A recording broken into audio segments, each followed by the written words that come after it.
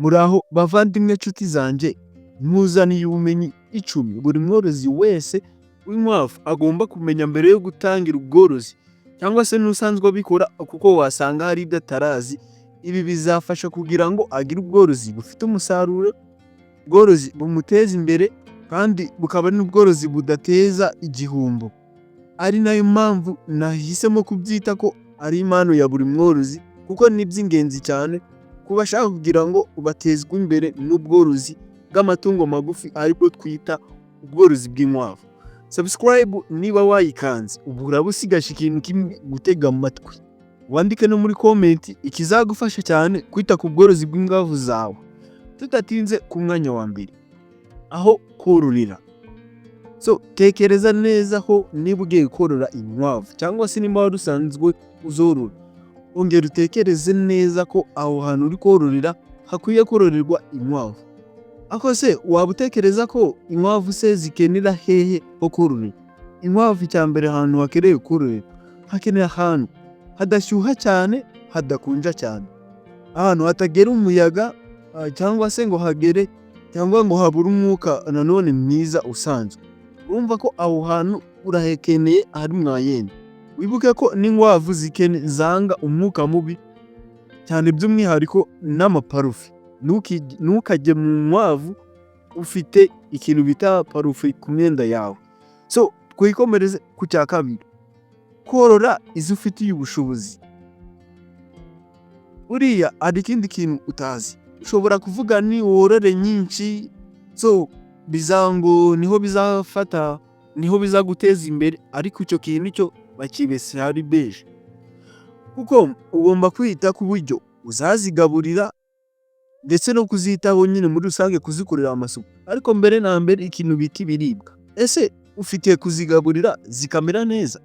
Icyo kibazo numara kukibonera igisubizo ko ubworozi ugiyemo ufitiye uburyo wazigaburira izo nkwavu zawe, uzahita utangira, kizaba ari cyo gihe.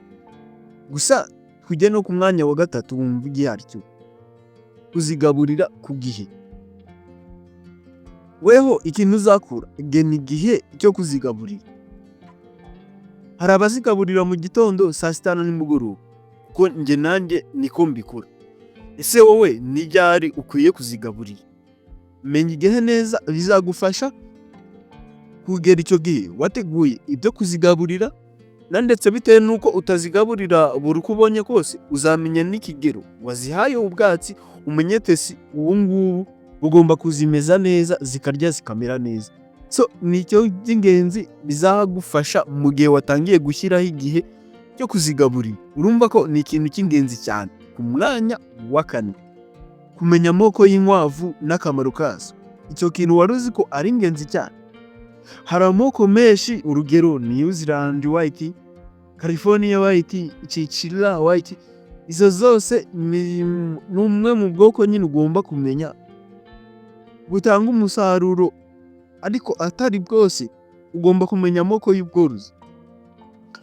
Buri bwoko burya bufite ibirango byihariye. Umenya ubwoko bukwiye naho uri, ubundi nacyo kintu kizatuma wita worora inkwavu bitewe naho uri. Menya ubwoko woroye, ese bukwiranye naho uri? Niyo mpamvu aka kanya ndahita nguhitiramo ubwoko wakorora. Kuko ugomba kumenya ubwoko bukwiranye n'ahantu wowe wororera. Ugendeye ku buhanga bwawe n'igikenewe ku isoko. Arega n'isoko burya tujye tubyitaho, ni ikintu cy'ingenzi cyane. Umusaruro wawe ukwiye isoko ryiza kandi rishimwa n'abaza kuri iryo soko guhaha ibyo bintu byawe. Reka twigire kuri cya gatanu, imirire iboneye. Inkwavu zikenera ubwatsi bwumye, imboga n'amapellets. Pellets ni ibi biryo tujya kugura ku masoko, cyangwa se hari n'ababyikorera. Izindi zigakenera amazi meza.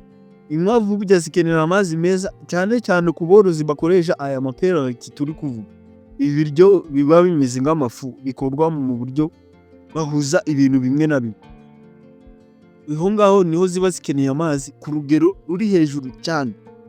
Ukeneye kumenya igihe, ingano y'ibiryo uha inkwavu kugira ngo zikure neza kandi zinaguteza imbere. ibyo ngibyo bizaguteza kugira kumenya neza uko ukontorora imirire, ndetse ariko ugomba kwita kuri iki kintu cy'imirire cyane kuko nicyo kigena uburyo zizakura, ndetse bizigatanga umusaruro uzifuza.